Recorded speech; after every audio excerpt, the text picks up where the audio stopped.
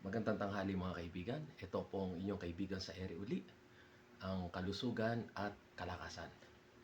Ang ating pong tema ngayon ay kung paano maiiwasan ang kanser. Paano nga ba? Ang isa sa pinakatalamak sa panahon ngayon na halos kasabayan na ng sakit sa puso at high blood, atin na pong tunghayan. Maraming paraan para mabawasan ang panganib ng pagkakaroon ng kanser. Walang 100% na garantiya. Pero malaki ang nababawas sa risk kapag sinusunod ang mga ito. Ano ang mga ito, kaibigan? Iwasan ang paninigarilyo at second-hand smoke. Pinakamalaking sanhi ng lung cancer at nagpapataas din ng risk ng sa throat, mouth, bladder, pancreas at iba pang cancer. Yun po palang nangyayari doon, no? Yun ang resulta. Pangalawa, limitahan o iwasan ang alak. Kapag madalas umiinom, tumataas ang risk ng liver, breast cancer, colon cancer at mouth cancer. Kung umiinom, madalang lang. Moderation lang. Yun ang sabi ika nga. Kung maiiwasan, edi maiwasan. Panatilihin ang tamang timbang. Ang sobrang timbang ay nagpapataas din ng risk sa colon cancer, breast, post-menopause, kidney at pancreas. Pang-apat, kumain ng masustansya. Gulay, prutas, whole grains, beans, food that rich in fiber. Yun ang pinakamahalaga. Bawasan ang processed meat, hotdog, bacon, red meat kung madalas, mataas sa asukal at trans fat. Ano ang panglima? Regular na ehersisyo. Gumalaw uli. Kahit 30 hanggang 45 minuto sa araw-araw, nababawasan ang risk ng maraming uri ng kanser. Pang-anim, protection sa araw, UV rays. Ang UV rays ay major skin ng cancer. Gumamit ng sunscreen, pasan ng tirik na araw, 10 a.m. to 3 p.m. kung maiiwasan. Iwasan na exposure sa toxin. Yun ang pinakamahalaga. Halimbawa, asbestos, pesticides, industrial chemicals. Kung may ganito sa trabaho, gumamit ng proper protection. Katulad ng pantakip sa ilong. Magpabakuna. HPV vaccine, nakakaiwas sa cervical, anal, penile, and throat cancer.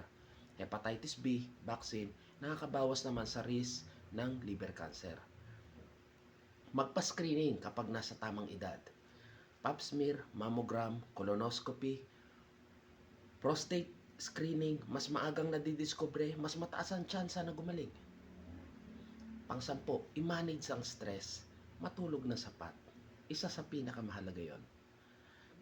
Kahit hindi direct cause, ang chronic stress at kulang sa tulog ay nagpapahina sa immune system. Ngayon, para maiwasan yun ang mga halos ma-prevention, mga maiwasan yung mga bagay na yun. May mga risk naman na kailangan. Kasi mas mataas ang tsansa kung yung edad mo ay medyo may edad ka na. Yung mga habits mo, yun pa rin. So, yun ang family history mo at ang lifestyle mo. So, ngayon, dahil sa medyo may malaki pa tayong oras, kalahati pa ho mga kaibigan. Ngayon, ito naman ang tatalakayin natin sa pangalawa. Paano maiiwasan ang tuberculosis? Maiiwasan ang tuberculosis, mahalagang bawasan ang exposure sa bakterya at palakasin ang resistensya ng katawan. Narito ang pinaka-epektibong paraan. Iwasan ang matagal na pakikipaghalubilo sa taong may TB. Pero ang tanong, paano mo malalaman na yung taong yun ay may TB? TB ay nalilipat sa hangin kapag umuubo, bumabahing o nagsasalita at infected. Iwasan ang siksikan at saradong lugar, matagal na face-to-face contact. Sabi nga nila, paano malalaman kung may TB? Karamihan po sa mga may TB, yung talagang payat na payat. Yung hindi basta payat, yung talagang humpak na humpak yung baga. Tapos halos halata mo kapag humihinga, halos parang humahagok na siya, tapos lumalalim yun dito. Hirap na hirap siya. Tapos pagka umuubo siya, halos parang hindi na siya makahinga, tapos ang daming plema. Yun ang isa sa pinaka makikita mong meron siyang tuberculosis. Panatilihing maaliwalas at ma-ventilate ang bahay o workplace. Buksan ang bintana. Gumamit ng electric fan para gumalaw ang hangin. Mas kaunting chance kumapit ang TB, bakterya kapag maganda ang airflow.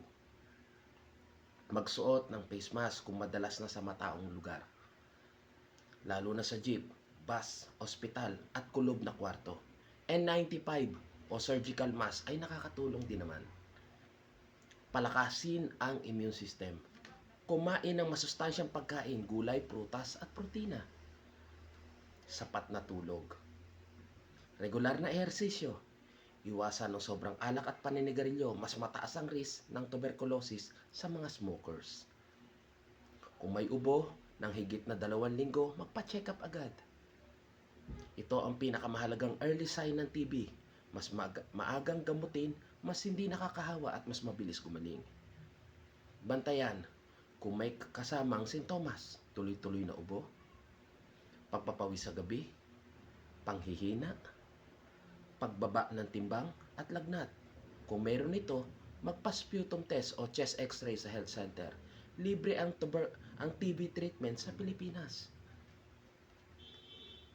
Tiyaking natapos ang gamutan. Kung may kakilala kang may TB, hikayatin silang tapusin ang 6-month medication.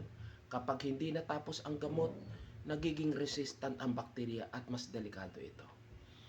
So yung pala, no? Kailangan talaga pagka may nakita kayo o may nalaman kayong may sakit sa tuberculosis, kasama man sa pamilya o kasama sa bahay, hikayatin siya magpagamot agad at magpa-chest x-ray or sputum test. Napakahalaga po nun mga kaibigan.